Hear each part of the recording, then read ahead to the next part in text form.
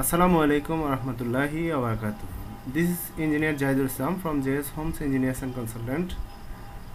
আজকে আমরা আরো একটি ভিডিও নিয়ে আপনাদের সামনে হাজির হয়েছি।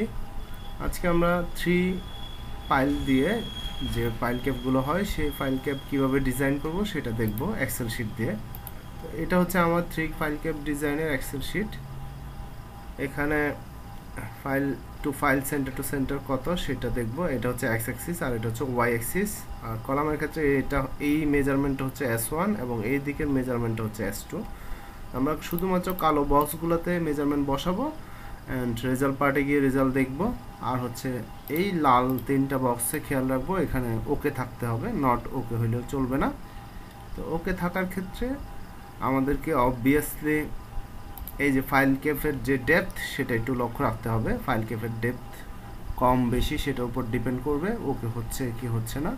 আর একটা বিষয় হচ্ছে এখানে আমাদের 3 এর নিচে 2 থেকে উপরে 3 থেকে নিচে থাকতে হবে ফাইল রিকোয়ার্ড। হ্যাঁ, কতটা ফাইল লাগবে যেহেতু আমাদের এটা 3 ফাইল ক্যাপ সংক্রান্ত ডিজাইনের শীট। ওকে, আমরা দেখি এটা হচ্ছে আমাদের এটা 6 তলা ভবনের প্ল্যানিং।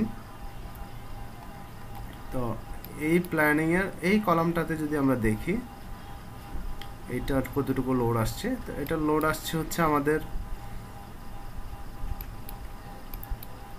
ফুটিং এর জন্য 251 কিপ। হ্যাঁ, আনফ্যাক্টরেড লোড যেটা, তো সেটার মধ্যে ডেড লোড আসছে 205 আর লাইভ লোড আসছে 46 কিপ।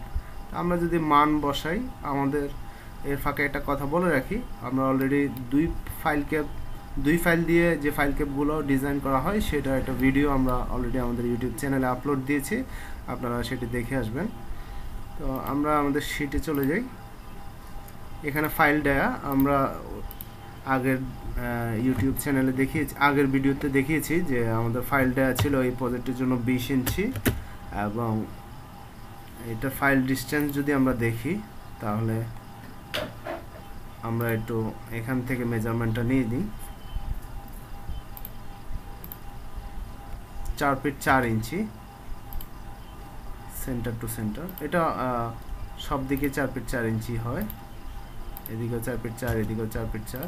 তো আমরা 4 ফিট 4 মানে হচ্ছে 52 inch. Pile distance centre to centre in X direction, X direction হচ্ছে এদিকে 52 ইঞ্চি।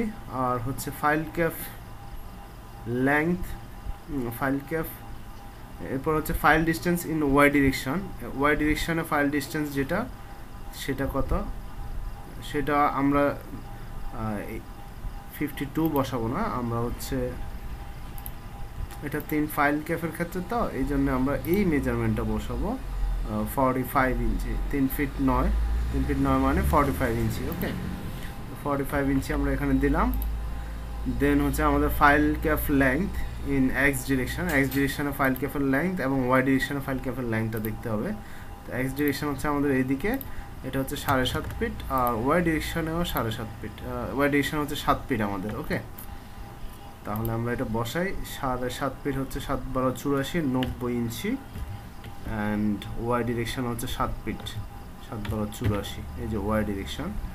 দেন হচ্ছে আমাদের কলাম সাইজ, এই কলাম সাইজ S1 এর মান S2 এর মান এই দুইটা দেখবো আমরা। তো S1 এর মান কত, এইটা হচ্ছে আমাদের S1 10 ইঞ্চি আমাদের এই কলামটা ছিল, আর এটা হচ্ছে আমাদের 20 ইঞ্চি 12 8 20 ইঞ্চি। ওকে, তাহলে আমরা যদি বসাই S1টা হচ্ছে আমাদের 10 অ্যান্ড S2 হচ্ছে আমাদের 20 ইঞ্চি।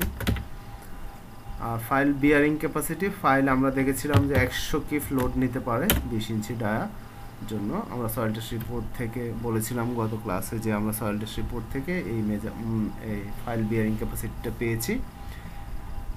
ডেড লোড এবং লাইভ লোডটা দেখে আসি কত,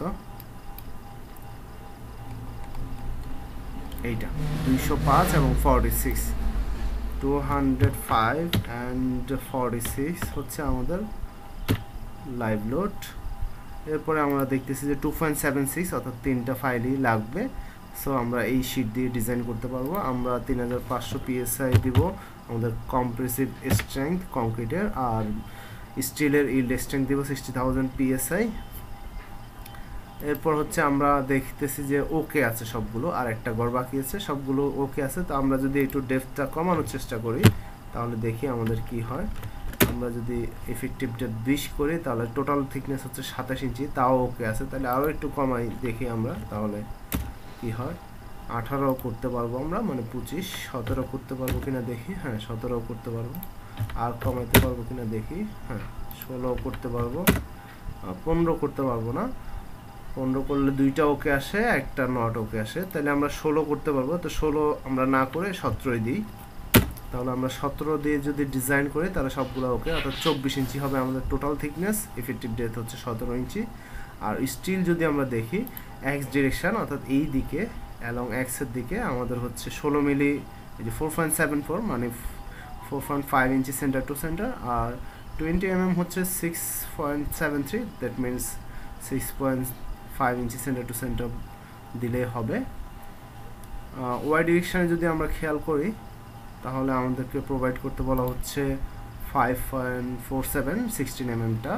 তো এই অ্যালং ওয়াই ডিরেকশানে আমরা 5 ইঞ্চি সেন্টার টু সেন্টারে দিব 16 mm, এবং 20 mm-টা আমরা যদি প্রোভাইড করে থাকি তাহলে 7 ইঞ্চি দিব। তো আমরা দেখা যাচ্ছে যে 16 mm এক্স ডিরেকশানে যদি 4.5 inch centre to centre, and Y ডিরেকশানে 16 mm 5 inch centre to centre দিলে আমাদের pile cap okay. And total thickness হচ্ছে 24 ইঞ্চি।